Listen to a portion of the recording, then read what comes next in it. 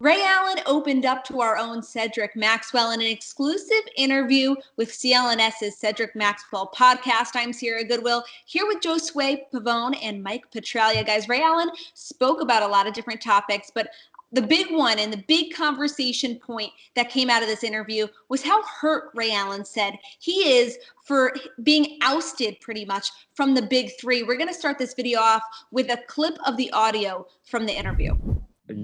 As you know, when I left as a free agent. I left because, there were so many unresolved issues that the team wasn't considering or, willing to change.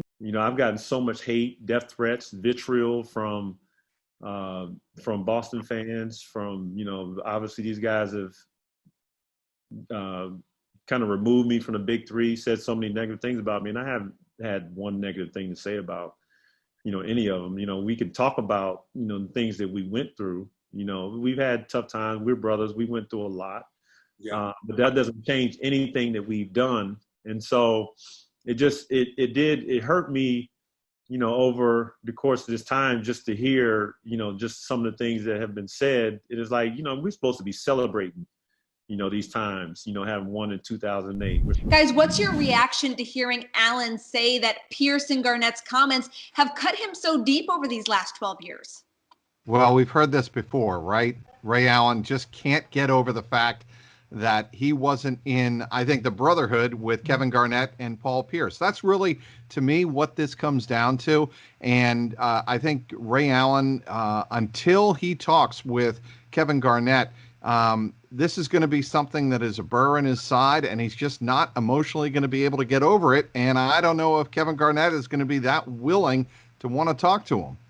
Yeah, I'm with you, Travis. I think the hardest part of this whole thing is envisioning someone like Kevin Garnett picking up the phone, calling Ray Allen and saying, "Can you please come to my jersey retirement?" I mean, I just don't see that happening. I think that's the only way we get a chance to see Ray Allen at that particular ceremony. Now, these three, they've had a number of opportunities to reunite. It hasn't happened. I do think there's still a slight chance that it happens, but I just don't see Ray Allen going through with this, especially because this isn't a celebration of the 2008 championship. I think if that was the case, if it was under those circumstances, then right. I think you're more likely to see those guys reach out to Ray, specifically Kevin Garnett, because let's face it, I don't think there's one Celtics fan that would say that team wins a championship without Ray Allen on it, or any of those guys, any three of those guys.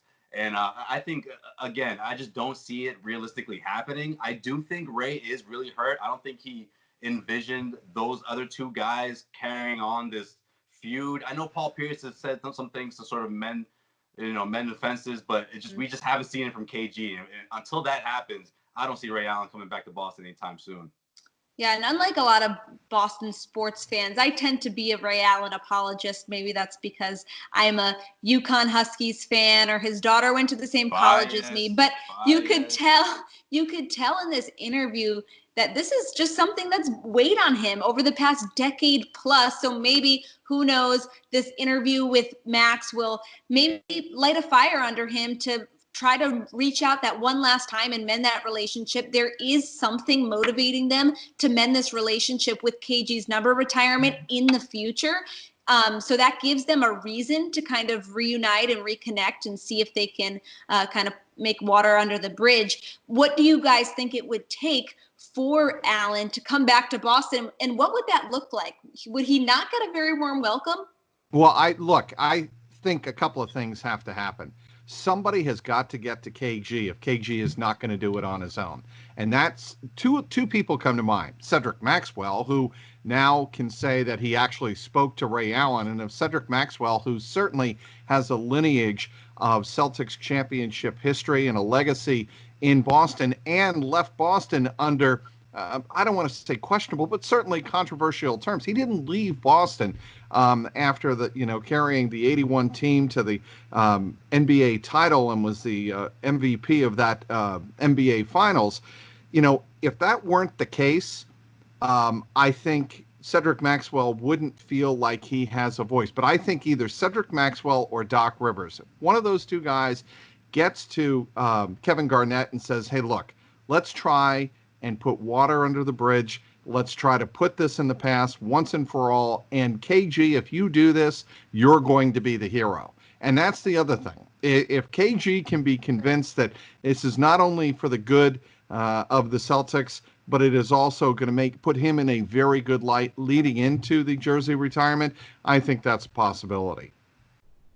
Yeah, I agree, Trags. I think it's a possibility, but I just think the two situations are very different when we're talking about what Maxwell went through and what Ray went through, which is what honestly was probably my favorite part of that episode, you know, to be able to step aside and let those two guys talk about their experiences and how things went down for both of them. I think the biggest difference between the two is the fact that the Celtics reached out to Max, you know, for Larry Bird night. That's sort of what got the dialogue back. You know, that's what kind of got things going again between those two organizations, between the organization and between Cedric Maxwell. And I think seeing his number get retired, obviously that without him coming to Larry Bird night, maybe that doesn't happen. You know, maybe they continue this feud. I don't see the Celtics reaching out, or KG for that matter, reaching out to Ray Allen, but maybe it does take someone like Max to sort of get in between those guys and talk some sense into them. Maybe we see some sort of mediation via Skype or Zoom, you know, nowadays, the way we're communicating, and maybe those three guys hash it out between the three of them. But I would love to see it, honestly.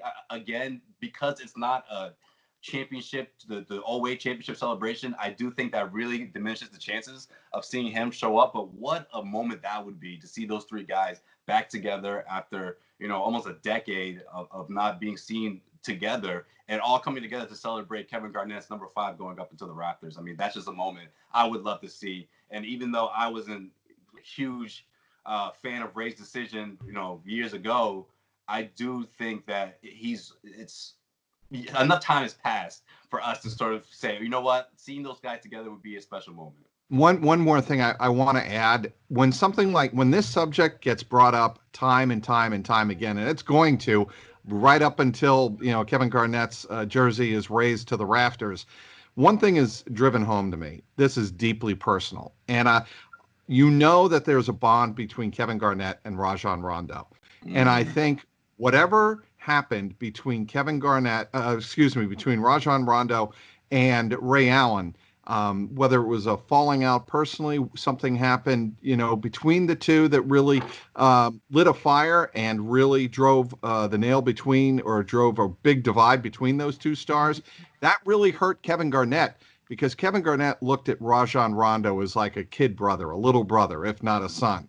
And I think that you cannot undersell the import of that in all of this dynamic. You know, Trags, I'm glad you brought that up, because, sorry, Sarah, not to cut you off. I just want to ask you a quick question, Trags. I mean, you were very close to that team, to that era, and you were able to cover those guys.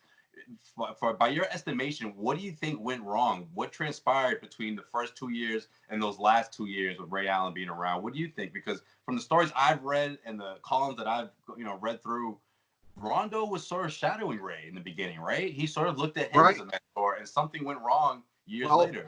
Well, and I think Rondo became a bigger voice in the locker room, and Rondo gravitated towards Kevin Garnett. I really do think it's that simple.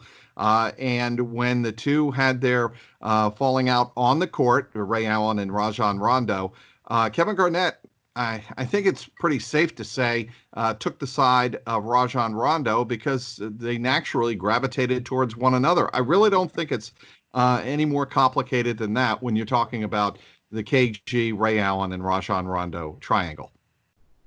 This Garden Report is brought to you by Raycon Wireless Earbuds. Get the latest and greatest from Raycon. Go to buyraycon.com/garden. That's buyraycon.com/garden. And you can listen to the full interview between Ray Allen and Cedric Maxwell on our website at clnsmedia.com.